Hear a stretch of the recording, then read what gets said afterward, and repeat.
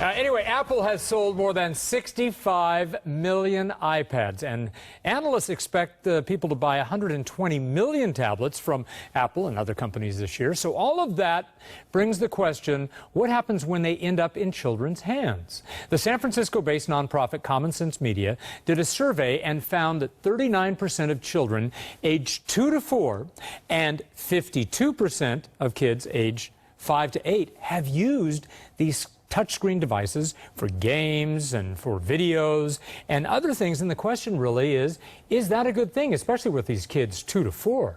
To get a few answers to that, we have child communication expert Etel Leit here in studio to talk to us. And the first, Etel, I guess we're going to be talking about this study by Joan Ganz-Cooney, the Joan Ganz-Cooney Center workshop, that says that kids have used the iPad with educational app, and they gave them a vocabulary test before and after. What happened?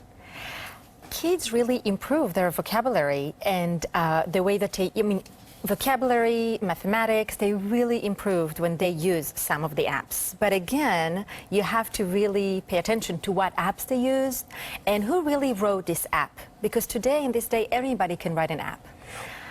Is it important when the kids are only aged 2 to 4 or 2 to 3 that we're improving vocabulary so early? Or is that the parents, do you think, who are more into that than really what's important for the kids? You know, it's really both. If you look at children today, they have more access to apps that can really help them with education. But again, as I said before, you really have to see who really wrote the app. Is it an educator that developed it, or just an app developer that decided to develop an app and hook the kids on their little screen so they can be there for hours and hours? Now, a lot of parents have some concerns about this, not just about the apps, as you said. In fact, we have that information that we can put up. Parents say that it makes kids sedentary, and that, you know, when even an adult walks in and says, "Hi, Johnny, how are you?" the kid doesn't even look back and say, "Oh, hi, Mr. Johnson, I'm fine." Instead, they just stare at the app. They're less sociable.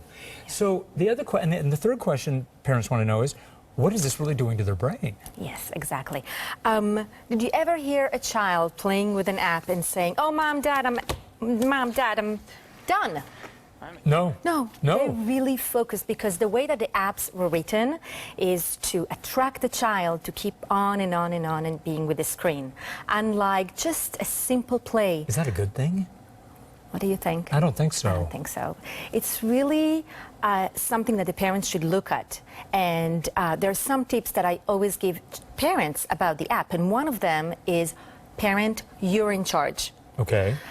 Get to know the app. Who wrote the app? Read reviews, but not only the Apple reviews. Really read reviews of educators. What did they say about the app? Here's some of your tips right here. Yeah. Parents, you say they're in charge. Read the app reviews.